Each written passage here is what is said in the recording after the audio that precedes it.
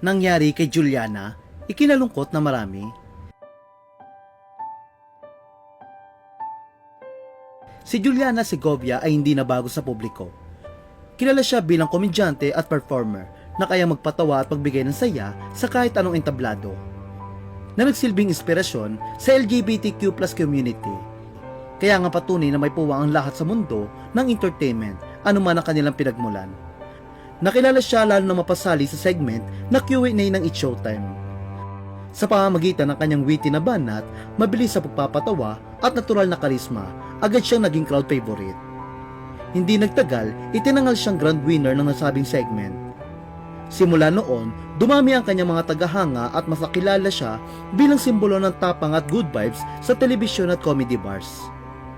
Ngunit kamakailan lamang, ibang imahe ang Juliana ang nasilayan ng publiko.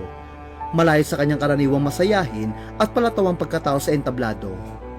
Sa isang post ng kontrobersyal na direktor na si Daryl Yap, ibinahagi nito ang isang emosyonal na video kung saan makikita si Juliana sa pinakamatinding yugto ng kanyang buhay.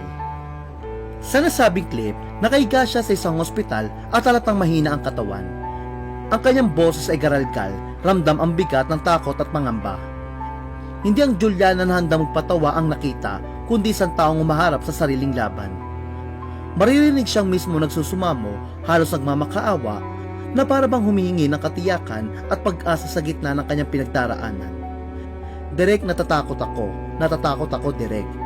Dagdag pa niya habang nanginginig, hindi ko na maggalaw yung kamay ko. Baka hindi na ako makalakad, paano na ako, si mama ko.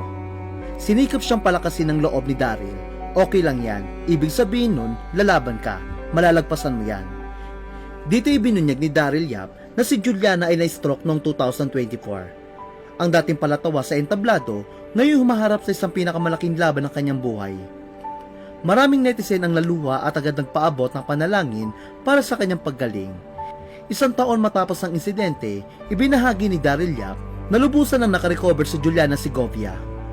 Muli na siya nakakalakad, nakakapagtrabaho at higit pa roon, handa nang muling humarap sa entablado.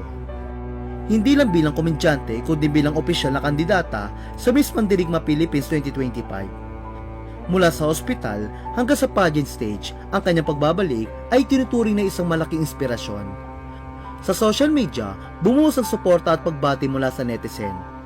Marami ang humanga sa kanyang katatagan at marami rin ang nagsabing isang magandang halimbawa si Juliana na isang mandirigmang hindi sumusuko. Isang bagay ang malinaw, buong paniniwala ng publiko na mas malayo pa ang mararating ni Juliana Segovia. At maraming netizen ang nagbigay ng mga positibong komento sa kanya. Sabi nga nila, good luck, Queen.